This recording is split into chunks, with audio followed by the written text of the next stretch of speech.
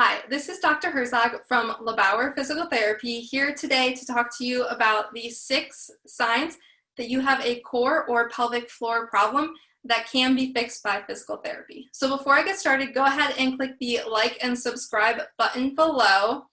And we are here today to talk about the 6 signs that you have a core or pelvic floor problem that can be addressed by physical therapy. So this is the 5th video in a 6-part series based on a checklist that we just recently released called the 6 signs that you have a pelvic floor or core problem that can be fixed by physical therapy. So our 5th sign is that you've been told now that you've had children that you're just going to have to accept with and live with the fact that you'll have leakage, back pain, hip pain, or that you shouldn't feel confident in your body as a mom, which is absolutely not true. So a lot of the times we see moms with all of these problems and help them get back to living a pain-free, healthy, active life where they are confident in their bodies and feeling like a strong super mom. So pregnancy and childbirth is by no means easy on the body, but it is like any other injury. You can rehab and come back stronger than ever after having kids. So a lot of the times, I'll just start with the back, the hip pain, and then we'll move more into the pelvic floor symptoms that women experience. But a lot of the times, women have back pain and hip pain after pregnancy because of just the weight that they had to carry around for 9 months. So a lot of the times you can imagine our center of gravity right now is pretty centered over our pelvis. But if you are someone who's pregnant, you now have a 6 to 9 pound baby in front of your center of gravity. So a lot of the times pregnant women are going to have that arch in their back, and you can tolerate that arch for a little bit, but having a lot of lumbar extension for 9 months can just be very irritating to your low back muscles. So they may have tightened up while you were pregnant, and we just need to learn how to relax them, as well as restore your core strength so you can come back stronger after having a child. So that is the most common reason why we see women with back pain after childbirth. Another factor that can contribute to back pain either during or after pregnancy is pelvic floor tightness. So a lot of women that I see in my office that have back pain after childbirth is usually because they've had a traumatic childbirth experience, and during that experience their pelvic floor muscles tightened up and they just haven't fully relaxed yet. So a lot of the times tight pelvic floor muscles can not only refer pain to your pelvic floor, but they can also refer pain to your low back.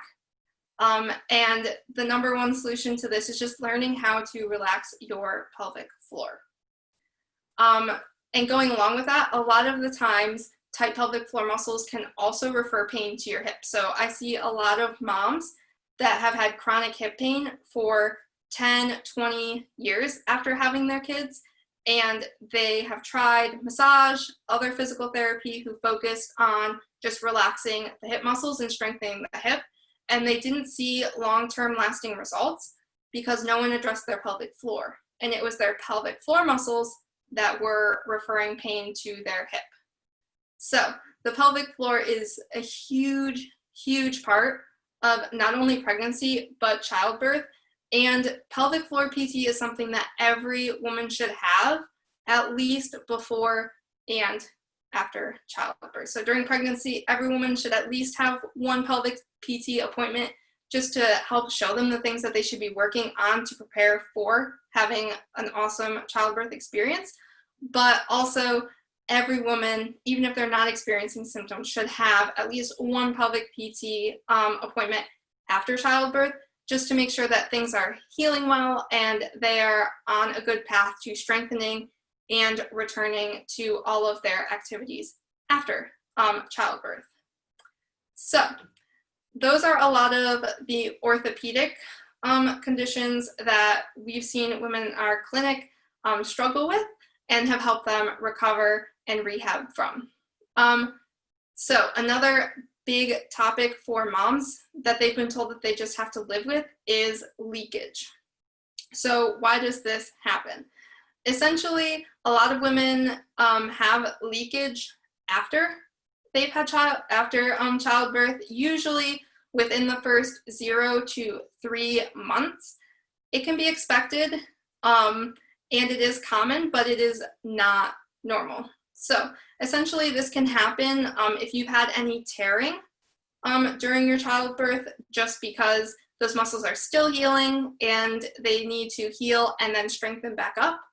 But also, if you don't rehab properly from that, this leakage problem can linger around for the same number of years that I mentioned earlier. The hip problem can stick around. So we've seen women in our clinic that are moms that it's 10, 20 years down the road and they still have leakage because no one referred them to pelvic floor PT after their childbirth, or they just didn't even know that pelvic PT was a tool that they could utilize to rehab and help combat the leakage. So leakage can happen for several different reasons.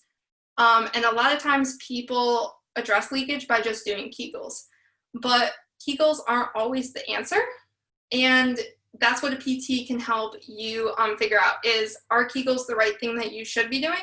Because Kegels can help, but they can also make things worse. So we definitely want to make sure that you are doing Kegels correctly, that they are what you should be doing, and help you learn kind of what dosage of Kegels you need. Because a lot of times people just hear, oh, I should just do Kegels every time I go to the bathroom.